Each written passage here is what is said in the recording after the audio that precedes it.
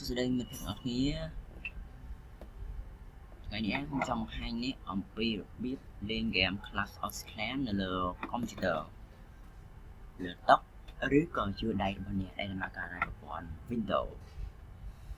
ខ្ញុំដឹងថាហ្គេម Clash of Clans គឺវាកំពុងតែល្បីដែលយុវវ័យចាស់ក្មេងលេងគ្រប់គ្នាដាច់យកដាច់បាយដាច់ទឹកដោយសារតែហ្គេម Clash of Clans ចំពោះអ្នកដែលគ្មានទូរស័ព្ទដៃតើចង់លេង Clash of Clans ដែរតែមិនដឹងជាលេងយ៉ាងម៉េចមានត្រឹមតែកុំព្យូទ័រមួយអ្នកក៏អាចលេងបានដែរ Clash of Clans ដែលគ្រាន់តែធ្វើតាមវីដេអូរបស់ខ្ញុំនេះអូខេដំបូងចូលទៅកាន់ Internet Browser របស់អ្នក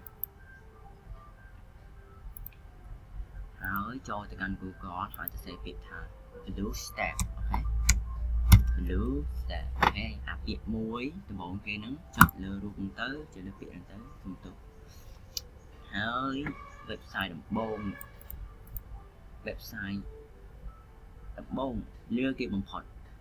bluestack.com ចុចលើហ្នឹងទៅហើយយើងគ្រាន់តែចុចពាក្យថាប៊ូតុង download នេះចុចវាមករងចាំដល់អ្វីៗចប់សពគ្រប់អូខេចាំដល់អ្វីចប់សពគ្រប់ហើយក៏បានកម្មវិធីមួយដែលមានឈ្មោះថា Start BlueStack នេះគាត់ចូលកម្មវិធីហ្នឹងទៅគេគាត់ចូលកម្មវិធីហ្នឹងទៅគេនឹងឲ្យយើងដំឡើងវាដោយស្វ័យប្រវត្តិគ្រាន់តែរងចាំវាតែបន្តិចអ្វីៗដូចជាការស្រេចនៅពេលដែលអ្នកបានកម្មវិធីនេះហើយអ្នកចុចចូលទៅអ្នកនឹងឃើញ load បែបនេះកើតឡើងអូខេឃើញ load បែបហ្នឹងមកគ្រាន់តែរងចាំតែបន្តិចវានឹងដំណើរការជាការស្រេចអូខេឥ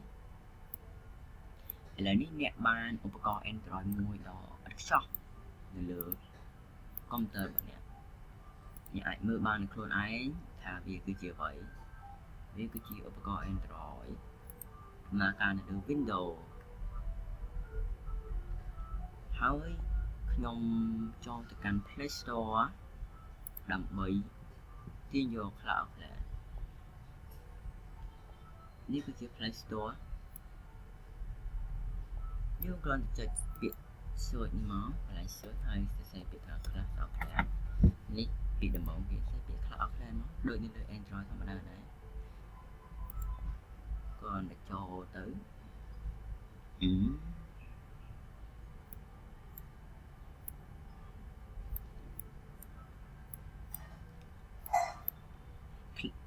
ចុចលើប៊ូតុង download ហើយអ្វីៗចុចសគ្រប់ចុច open មកវានឹងលោតចុះ Clash of Clans ដោយស្វ័យប្រវត្តិ you see it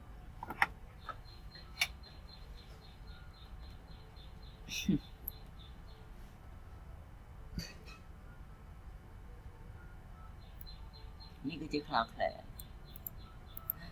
វាដំណើរការលើ Windows យ៉ាងរលូនដែលគ្មានអ្វីស្អិតតែបន្តិចនៅឡើយ